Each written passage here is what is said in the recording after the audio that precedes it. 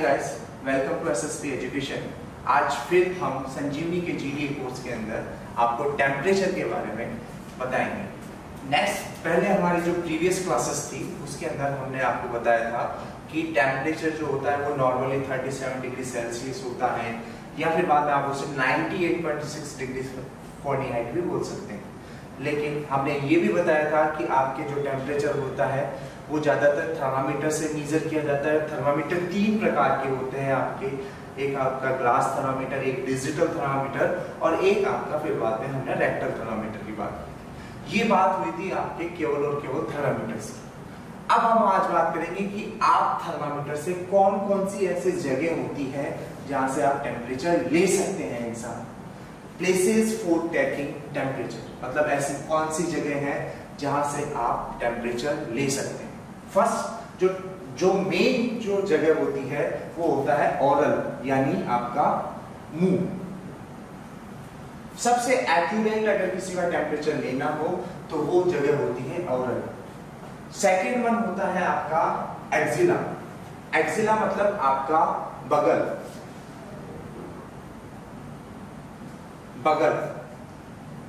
Third one होती है आपकी रेक्टल, यानी आपका गुदाद्वार। और एक होता है आपका टिम्पैनिक, जिसे हम बोलते हैं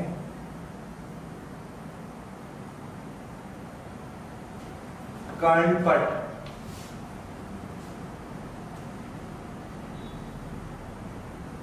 या कान के पास से, ठीक है। ये 4 जगह ऐसी होती है जहां से आप टेम्परेचर ले सकते हैं। First one oral, second axilla, third rectal and last one is that tympanic. देखिए, आप ओरली जो टेम्परेचर लेते हैं वो एक्यूरेट होता है, उसमें कोई चेंजेस करने की जरूरत नहीं होती। लेकिन आप जो भी एक्सिला से अगर आप टेम्परेचर लेते हैं तो उसके अंदर हमेशा -1 डिग्री फ़ारेनहाइट कम दिखाता है। एग्जाम्पल के लिए जैसे मैं बात करूं कि अगर किसी पेशेंट का ओरली टेम्परेचर 99 डिग्री फ़ारेनहाइट है, ठीक है, तो उसका आप जब एक्सिला से टेम्परेचर लोगे तो वो आपको केवल और केवल 98 डिग्री फ़ारेनहाइट दिखाएगा, क्योंकि एक्सिला का जो टेम्परेचर होता है उसमें हमेशा -1 डिग्री का डिफरेंस आता है। ये बात याद रखना कि अगर कोई पर्सन आपको ओरल टेम्परेचर दे और एक्सिला का पूछे तो उसमें से -1 कर देना, ठीक है।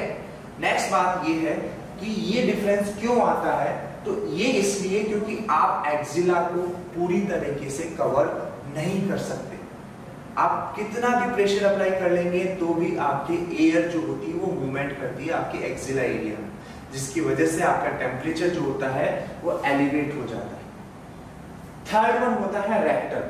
देखिए, रेक्टल जो होता है गुदाद्वार जो होता है या आपका एनल एरिया जो होता है, वहां पे टेम्परेचर हमेशा हाई रहता है। वो सबसे ज्यादा आपके हाई टेम्परेचर वाला एरिया होता है, इसलिए उसमें +1 डिग्री फ़ारेनहाइट का डिफरेंस आता है।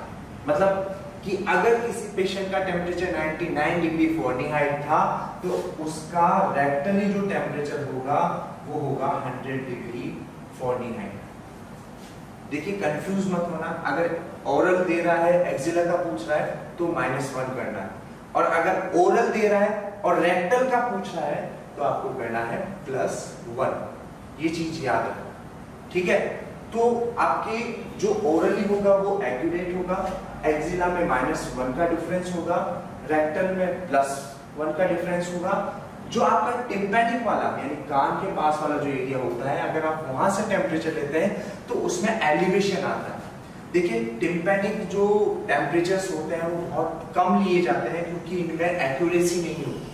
टिम्पैनिक्स ज्यादातर बच्चों के अंदर यूज किए जाते हैं क्योंकि बच्चे जो होते हैं वो बहुत ज्यादा हिलते डुलते रहते हैं, एक जगह प्रॉपरली नहीं थर्मामीटर का अप्लाई नहीं कर पाते हैं।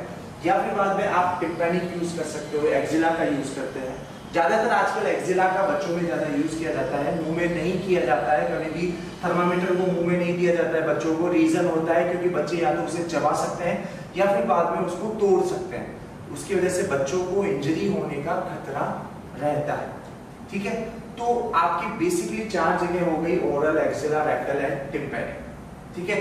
अब देखिए, मैं आपको ज्यादा कंफ्यूजन ना हो इसीलिए एक चीज बता देता हूं कि आप कैसे किसी पर्सन आपको अगर कोई क्वेश्चन देता है ओरल का, वो दे रहा है रेक्टल का पूछ रहा है और रेक्टल का दे रहा है ओरल का पूछ रहा है, तो उसमें आप कंफ्यूज ना हो तो मैं उसके लिए एक चार्ट बताता हूं आपको कि बाय चांस आप ओरल, एक्सिला और रेक्टल, ठीक है, तो सॉरी एक मिनट, आप एक चीज देखना, यहाँ पे ओरल है, ये रेक्टल है, ये एक्सिला है, ठीक है। अब देखिए ओरली टेम्परेचर आपका एक्यूरेट होता है, ठीक है। अगर आपको ओरल का दे रखा है और रेक्टल पूछ रहा है तो +1, ठीक है। आपको ओरल का दे रखा है, एक्सिला पूछ रहा है तो -1, ठीक है। लेकिन आपसे रेक्टल का दे रखा है और ओरल पूछ रहा है, देखिए रेक्टल का दे रखा है और ओरल पूछ रहा है तो -1, ठीक है।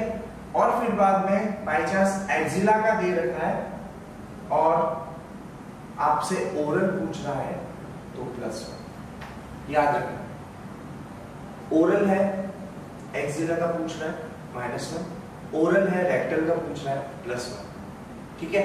सेम उसका उल्टा कर रहा है कि भाई रेक्टल का दे दिया और ओरल पूछ रहा है तो -1 कर देना, और बाय चांस एक्सिला का दे दिया और आपसे ओरल पूछ रहा है तो +1 कर देना, ये चीज होती है, ठीक है। देखिए मैंने आपको टेम्परेचर लेने की जगह बता दी, थर्मामीटर्स कितने प्रकार के होते हैं वो बता दिया। अब बात करती है कि अगर बाय चांस किसी का टेम्परेचर ज्यादा हो जाता है, कम हो जाता है, तो क्या उसे हम मेडिकल लाइन में क्या बोलते हैं। देखिए जो कोई भी पर्सन, किसी का टेम्परेचर अगर 99 डिग्री फ़ारेनहाइट से ज्यादा हो जाता है, किसी भी पर्सन का अगर टेम्परेचर 99 डिग्री फ़ारेनहाइट से ज्यादा हो जाता है तो हम उसे बोलते हैं हाइपरथर्मिया। हाइपर का मतलब होता है अधिक और थर्मिया का मतलब होता है तापमान, ठीक है। तो मेडिकल टर्म्स के अंदर अगर किसी के फीवर होता है तो उसे हम बोलते हैं हाइपरथर्मिया। लेकिन अगर किसी पर्सन का टेम्परेचर 98 डिग्री फ़ारेनहाइट से कम हो जाता है तो उसे हम बोलते हैं हाइपोथर्मिया या कम तापमान, हाइपोथर्मिया। ये बेसिकली आपका पूरा इंट्रोडक्शन है आपके थर्मामीटर। टेम्परेचर का बता दिया, थर्मामीटर का बता दिया, कहाँ से आप टेम्परेचर ले सकते हैं, क्या उनमें डिफरेंसेस आते हैं, अगर ज्यादा हो जाए तो क्या बोला जाता है, कम हो जाए तो क्या बोला जाता है, ये सारा का सारा आपके टेम्परेचर। नेक्स्ट जो आपके जो होगा वो होगा आपके पल्स। पल्स के बारे में आपको बताएंगे कि पल्स कैसे लेते हैं, कितनी जगह से लेते हैं, क्या नॉर्मल वैल्यू होती है, एबनॉर्मल वैल्यूज क्या होती है, उन चीजों की हम बात करेंगे आपके नेक्स्ट क्लास के अंदर। तो आज के लिए बस इतना ही, फिर नेक्स्ट वीडियो में मिलते हैं। Thank you.